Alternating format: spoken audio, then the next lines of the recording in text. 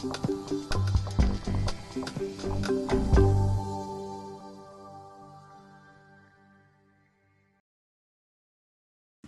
morning, everyone. My name's Adam Spreadbury. I'm co-chair of the bank's Mental Health Network. First of all, you'll be pleased that I won't be talking about my other job at the bank, which relates to financial regulation. So I'm sure some of you might be regulated by us here. So I won't be talking about Solvency II, or ring-fencing banks, or the productivity puzzle, partly because I'm not qualified to do that. But what I will be talking about is firstly talk about my own experience of being ill with depression. I'll then go on and talk about why we've set up a mental health network at the bank and the activities around that. And then talk a little bit more about what we do more generally at the bank in terms of supporting our staff's well-being, including mental health.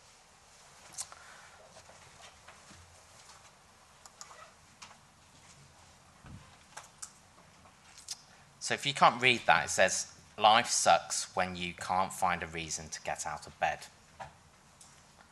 And that's how I was for about 3 months towards the end of 2008 to the beginning of 2009. By that time, I'd been ill with depression on and off for a 5-year period. I was well supported at work, and that wasn't just in terms of the support I had. So I went through the whole range of it, police assistance program, got counselling. Through private health insurance, I got longer term access to therapy and saw a psychiatrist as well. But actually for me, really, it was my line managers that really supported me well. And particularly actually when I was off work for 3 months. One of the things that really sticks with me, so at the time I was supervising one of the large international banks. It was just after Lehman's had happened. And my boss, who headed up the supervision of all the large international banks, I basically fell over at the weekend, and my wife phoned work. And I think literally that day or the day after, Megan Butler, who's now a very senior person in the FCA, phoned my wife just to check how I was. And other little things like organising a get well card. So it was just treating me just as you would be if I was off work for a physical health condition. And then what really helped was also in terms of actually return to work as well. So they really helped me actually give actually important piece of work to do to build up my confidence, and then also help me move into a different role as well. So it's actually from that experience that I actually later on in 2011 I wanted to do something more around mental health.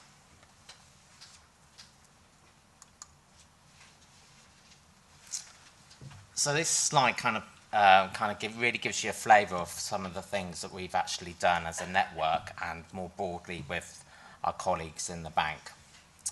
So the first thing we did was actually we signed up to Time to Change. So that's the national campaign trying to break down stigma and discrimination in the not just in the workplace, but throughout the UK. And individuals can sign up to it, but organisations can. At the time, we were about the 100th organisation in 2013, and now over 700 organisations have actually signed up.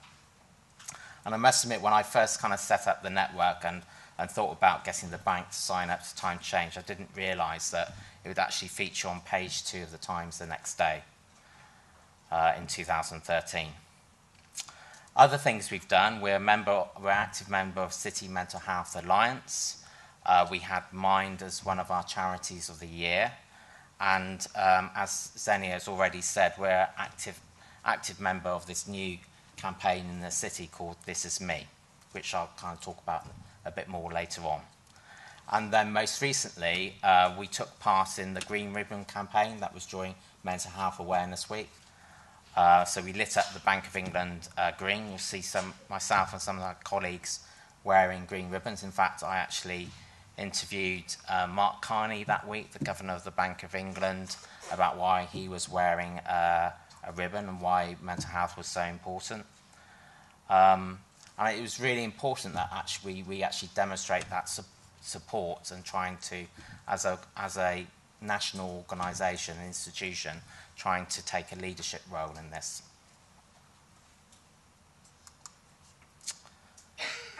So what have we done actually around this? So, and what do you might need to do as yourself? So it is important to have senior management engagement. So we have a actually executive sponsor for the mental health network, just as all our staff networks have sponsors. As I said, we've made public pledges. I'm going to come back to sharing stories in a moment. We've had kind of ongoing kind of wellbeing seminars, which actually have gone on for a long time. And in fact, we use a range of our health providers actually to provide a lot of those things for free. So, you know, your occupational health, so private health insurance, or if you've got a kind of in-house gym, a lot of those people actually provide kind of training or support or seminars around that. We've also had external speakers as well. So, in fact, our first event was where we had Alistair Campbell come in and do a talk, and we've had other people relevant, particularly relevant to the work of the Bank of England. And I've already mentioned mine was Staff's Charity of the Year. And notice actually we're going to soon be hopefully announcing something with Samaritans as well. So I'm going to show you, sorry, got a bit ahead of myself there. I'm now going to show you a film actually. So this is our This Is Me film. It came out last October on World Mental Health Day. And in fact, I was actually at the World Health Organization on World Mental Health Day this year, where this film was shown. So I felt really proud because I was taking our art house film to Hollywood. That's how it felt at the time.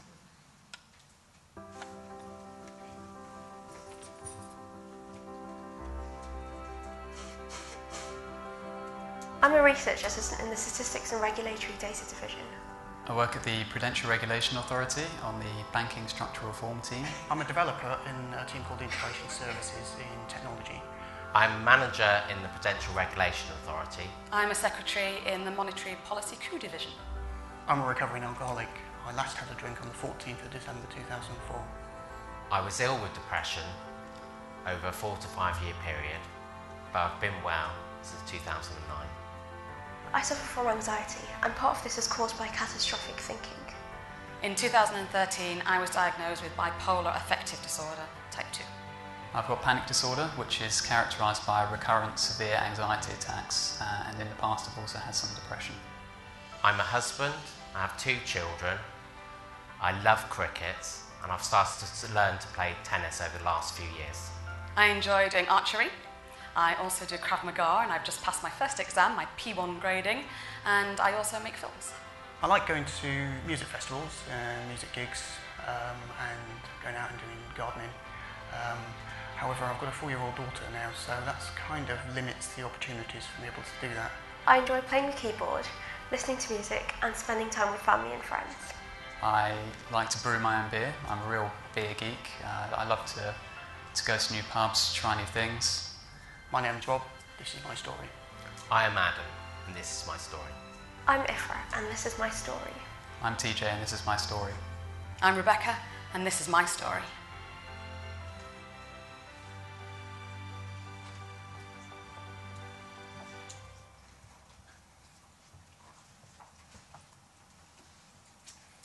So, as I said, we showed this film last year. This is kind of the trailer version. We've got a slightly longer internal version. It's not Dance of the Wolves, it's only 7 minutes long.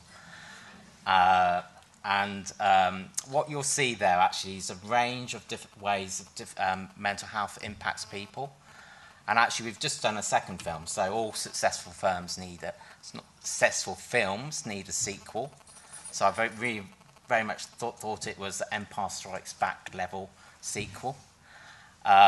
And actually that covered a range of stories as well. So it also covered other things in terms of eating disorder, but it also covered from a parent's perspective and also from a carer's perspective.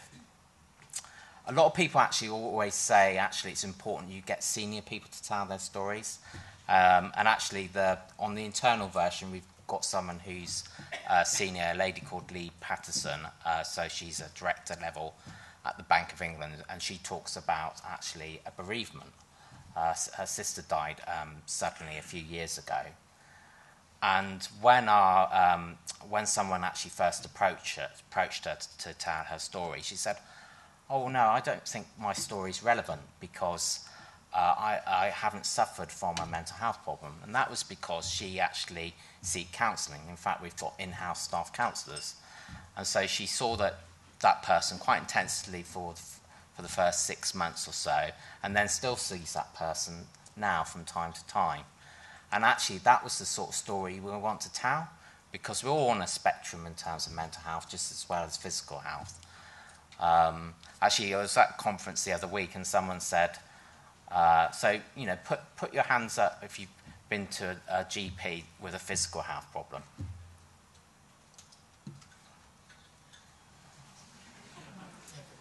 So that would be everyone, I would have thought. And why should mental health be different, actually? So we all have stresses and strains. The mind and body are very much connected as well. So one of those stories there was Ifra, and she wants to share a story. She hasn't got a diagnosable mental health problem. As she just explained, she just suffers from anxiety from time to time and needs to actually have the support from family members and friends and supportive colleagues. So we can move into that space and actually think about mental health as we do physical health, and that's going to make a big difference.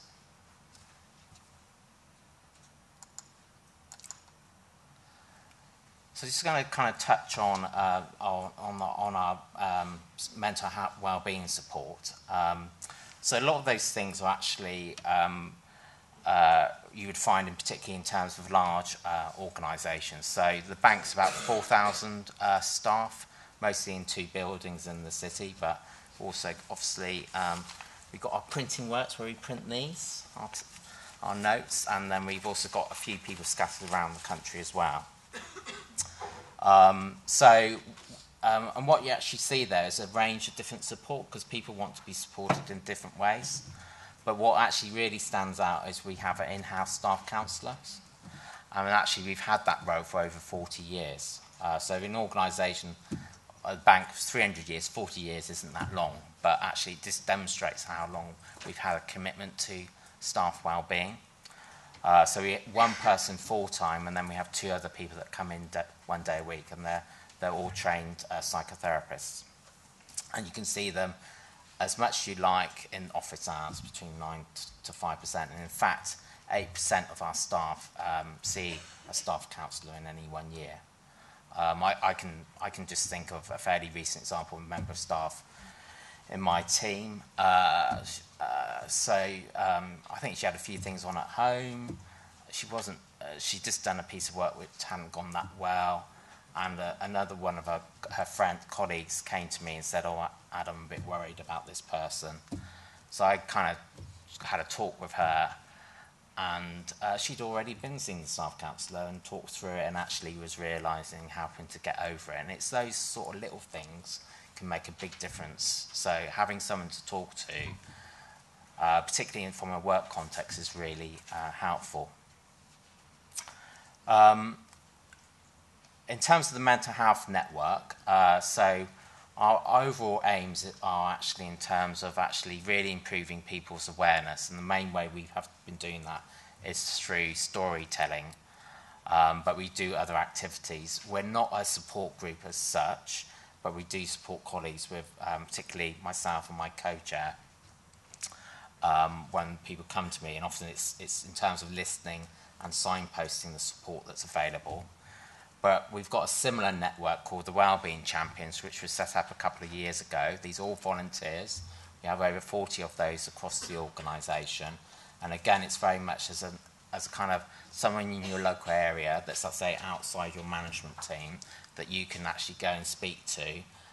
Because often people are just unsure about what they can do, or worried about going to see the staff counsellor, or just want to share experience. And they also, the wellbeing insurance actively and kind of positively promote the support that's available.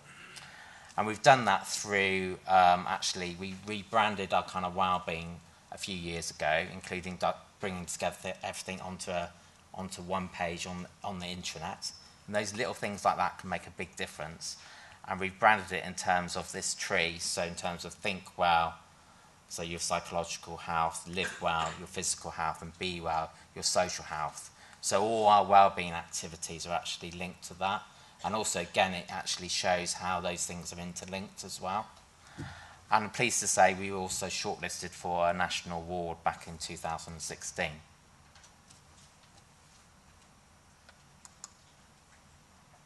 So I'll let you read that.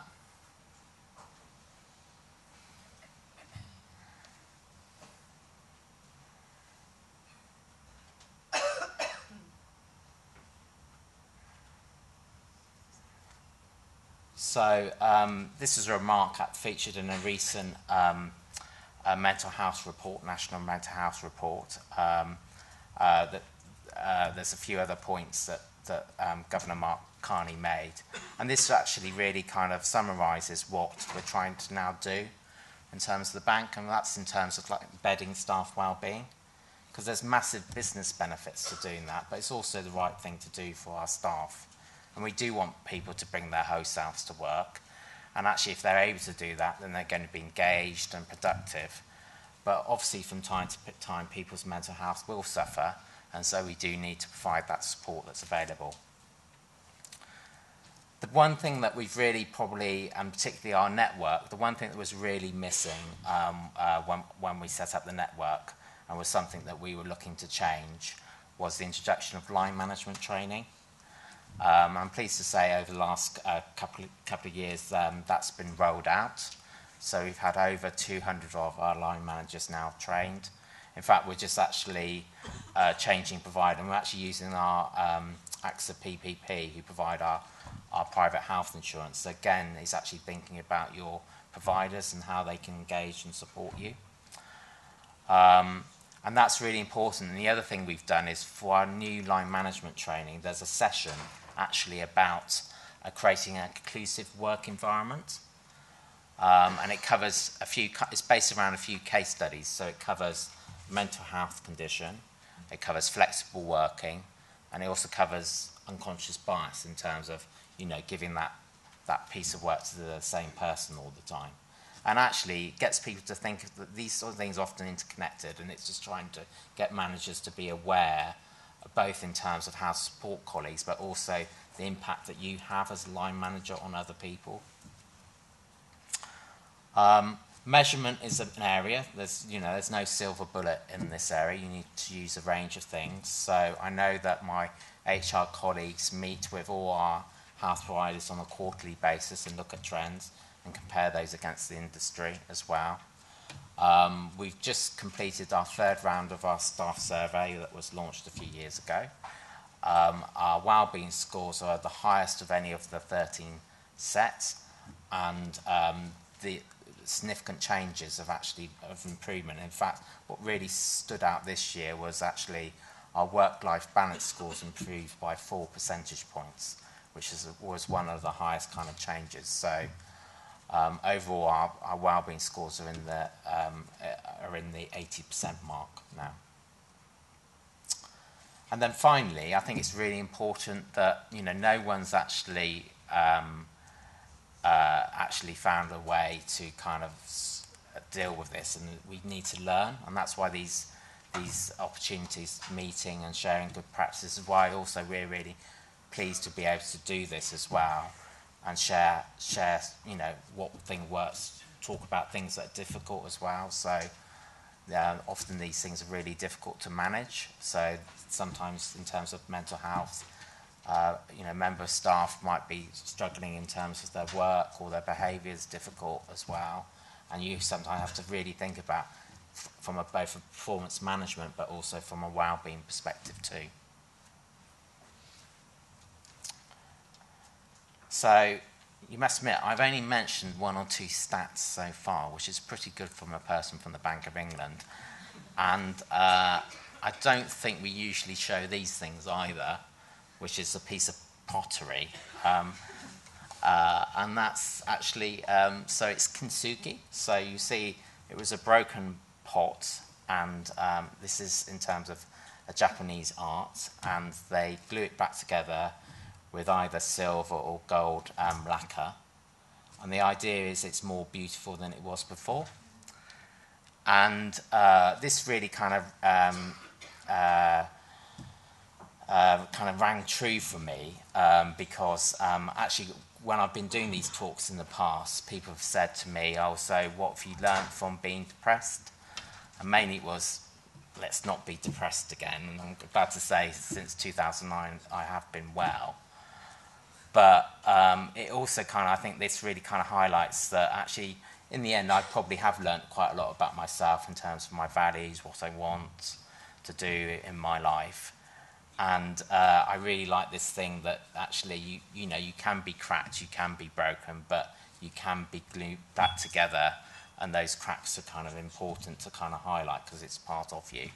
And that's one of the things really that particularly the storytelling element, I think that This Is Me films really kind of encapsulate well. So just in terms of This Is Me actually, so now over 40 organisations that have done films or shared stories in some way or other, mostly internally, but there's a number of companies. In fact, if you type in This Is Me, there's a whole range of different organisations that have now shared these stories externally. And it really does make a big difference in how it's create a cultural change. So clearly it's not the only thing you can do, but can really help kind of start breaking down the stigma around mental health.